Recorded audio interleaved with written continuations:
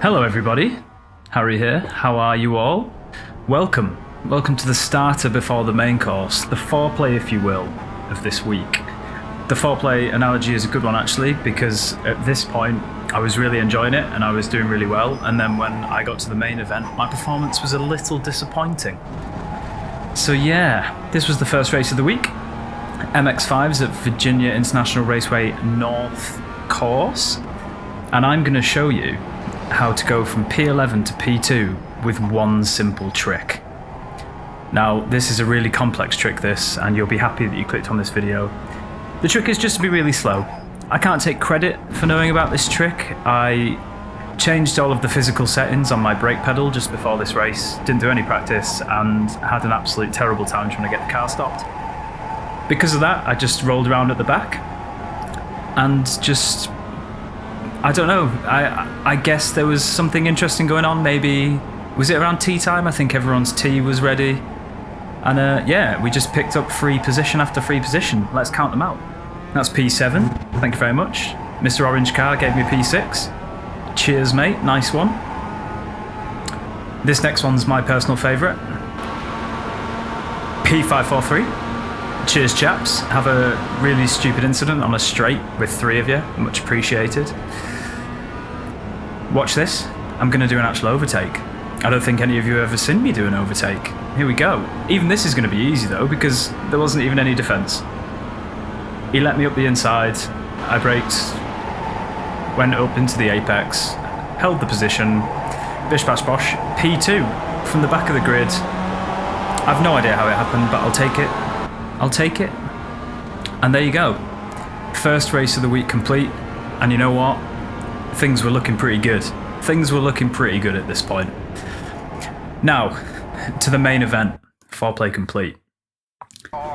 Pretty much the main reason I started using iRacing was because I wanted to do the endurance races. I saw all of the cool kids on YouTube and stuff, you know, with their friends and all that, doing the endurance races, the Spa, the, you know, Le Mans 24-hour, Daytona, all of this stuff, and I've always been keen.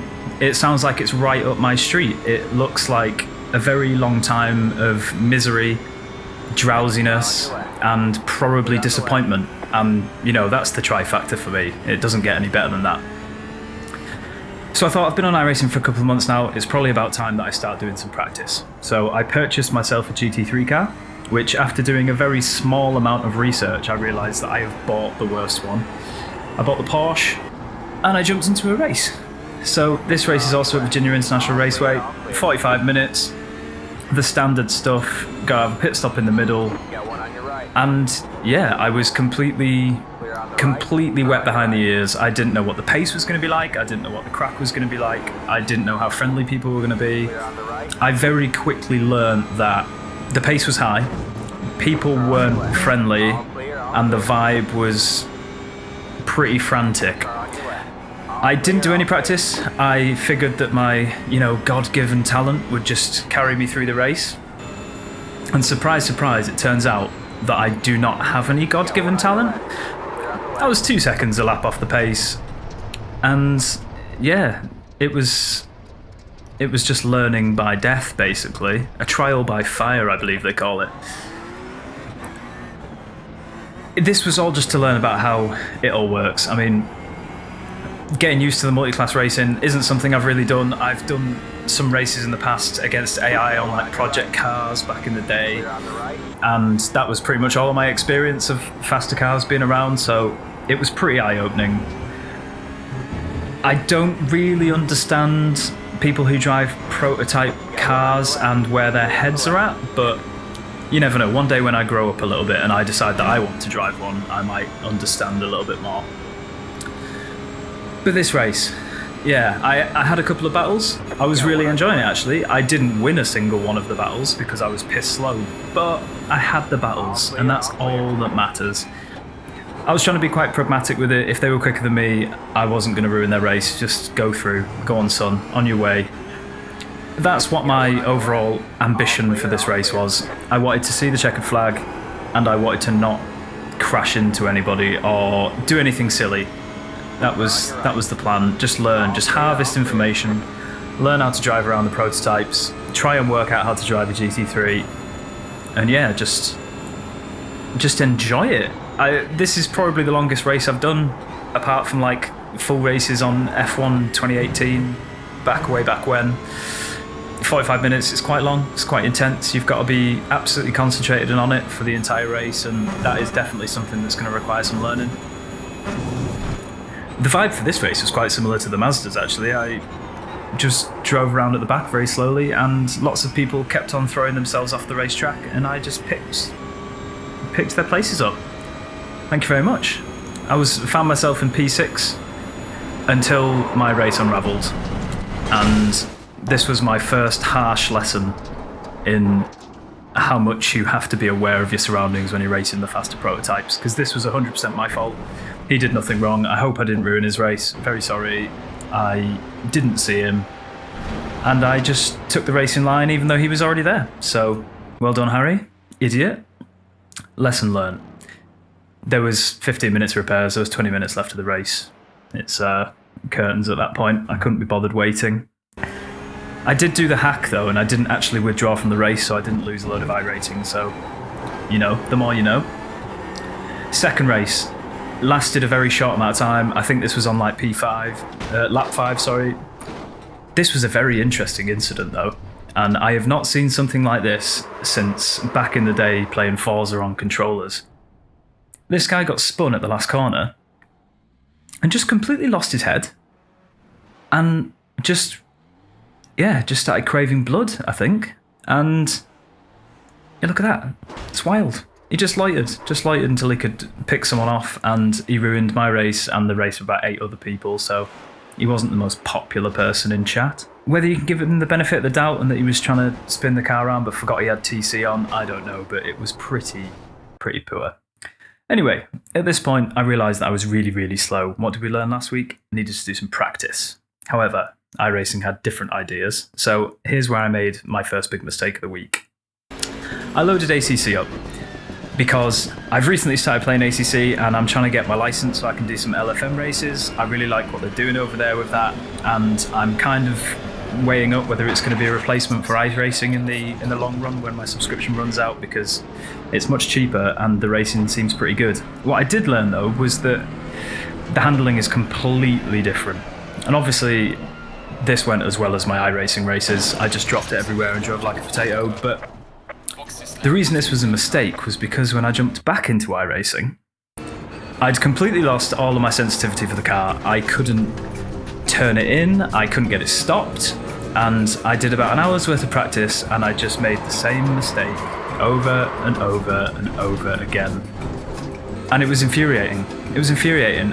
I played with setups. I ended up on a Coach Dave setup, so I knew that the setup was good.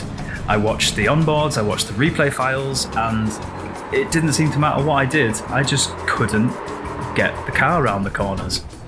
And it just got worse and worse. I just lost my shit with it in the end, and you can tell as I started accelerating into incidents that I was really starting to lose my patience with it all.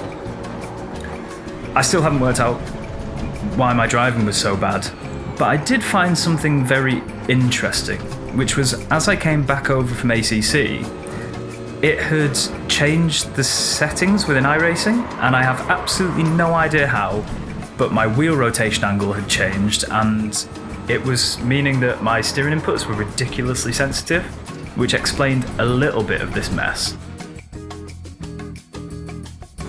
But I also found something else, and this is a glitch that I've never seen before. Did you notice? Did you spot it? No matter what setup I put on the car, it was defaulting to 98 litres of fuel in the car, and as a result it drove like an absolute boat. And I don't know why it was doing it, but it wasn't great. Green flag, green flag. So here we are. We jumped into another race, practice over. I got fed up of just chucking it into the hedge and thought it was time to go and ruin somebody else's race. So I logged on, I got involved, qualified very far back, but just wanted to see how it went. And you know what? This is one of the best races that I have had in iRacing, full stop. It was brilliant. It had a little bit of everything, and I just really enjoyed it. I really enjoyed it. I was still very far off the pace, but it didn't stop the race from being exciting. This start was an absolute mess because the leader of the GT3 didn't leave any gap to the prototypes, and as a result, everyone just tripped over each other, and we went up from P9 on the grid, I think it was, to P6. And I was very smug at this point. I was having a good little giggle about all of the idiots who tried to win the race on turn 1 and, you know, got caught up in their own accidents, got caught up in other people's accidents, and me and the 5 people ahead of me was just smugly driving along, thinking about how clever we were and how we'd managed to escape all of this idiocy that was going on behind us. And that smugness lasted about 25 seconds before this very basic corner. I got distracted and disorientated with everything around me like an old person, chucked it off, and lost all of the positions that I just gained. So there we go. There we go. Time to do it all again. Now this race, obviously I knew a lot more of what to expect from this race. This was a good move, this. I don't know why I attempted it, but I made 2 places up in Awana. A nice little twofer. And also, side note, that was pretty much the first legitimate overtake I'd made in any of the IMSA races I did, so that was good. Yeah, this race, I kind of knew what to expect. I did another couple of races before this. There wasn't really anything of note that happened, so I've just left them out, but I'd got my head together with the traffic and with how everything was going, and I was a little bit more prepared on what to expect. I wasn't getting bullied quite as much, and it was nice. It's interesting though, it's a real step up, these IMSA races, from anything I've done on iRacing before, and you've got to be a lot more strong with what you're doing, and half-baked moves don't work. You've got to go or not go, and that's your 2 options. But yeah, as I say, I knew a lot more what to expect, and I was just picking some positions up. I found myself back in P6. So we've done P11 to P6, to P10, to P6. Then I spotted a bit of smoke, got distracted and confused and disorientated again, and completely chucked it off with no pressure whatsoever. Why am I like this? I did, however, get very lucky. The car was completely undamaged. The only thing damaged was my dignity and my safety rating a little bit, so I got myself back on the track, and we're back to P10 again. So as a recap, we've done P11 to P6, to P10 to P6, and now back to P10, so happy days. Things are going well. I just carried on plodding on. We're not even 10 minutes into the race yet, and it has been eventful, to say the least. All of the prototype cars were still bunched, and when they came through, they all came through as one, which was very exciting, actually. I really enjoyed it. I moaned a little bit about some of the driving standards whilst it was going on, but in hindsight, it was cracking. It kept things really exciting. I pulled an absolute beauty of a move here by pretending to be a hypercar. And this GT3 had no idea. Look at that. Look how... Oh, what a move. What an alpha move right there. Fantastic stuff. So we're back into P9. Things are going well. Coming through this complex, I was still having to lift. I was still having to have a massive lift in there and really slow the car down into here. Otherwise, I just ended up backwards in the hedge. Still got a bit of work to do on that, but we'll get there eventually. Not even halfway through the race yet. It was getting a little bit boring. He obviously thought it was getting boring as well because he decided that he'd had enough. So, fair play, I get it. Some people just don't have the staying power, you know what I mean? But yeah, P8. We actually ended up in P7 because another car had an incident, and we're slowly Oh yeah, I forgot about this. How I didn't die there, I have no idea, because he ran straight into the back of me. This server was incredibly glitchy, and it wasn't my internet, before anyone says. My internet was absolutely fine. I have fibre, it's great. But we kept on getting dropouts and discontinuities. Is that how you pronounce it? I don't know. Let me know in the comments. And it wasn't all the time, it was only occasionally, but there were some very weird accidents in this race, and I kind of think that that might be why. This guy decided to rejoin, nearly killed me. That was near death experience, I don't know, 30 at that point. Kept things exciting. Every time I got calm and into the race, something else came up. Now we find ourselves in P7, and I'm very proud for what's about to happen because this is my first ever pit stop in iRacing that wasn't accident induced. I know, if we can plan the parade, that'd be really good. And I put the right amount of fuel in, and I remembered to replace tyres off, and this guy in the Red Bull Ferrari, we actually jumped him. He was the car ahead of us. He was in P6 until the pit stops, and we just did a better pit strategy. So there we are. We're in P6. So we've done 11 to 6, to 10 to 6, to 10 to 9 to 10, and back to P6. And we've only overtaken 2 cars, so it's going really well. It's going really well. Bit more carnage up ahead of us. Standard prototype stuff. And I was settling into the race at this point. My pace was a little bit better. It wasn't great, but it was definitely a little bit better.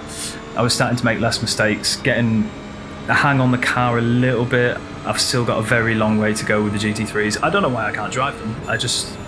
I'm just terribly, terribly slow.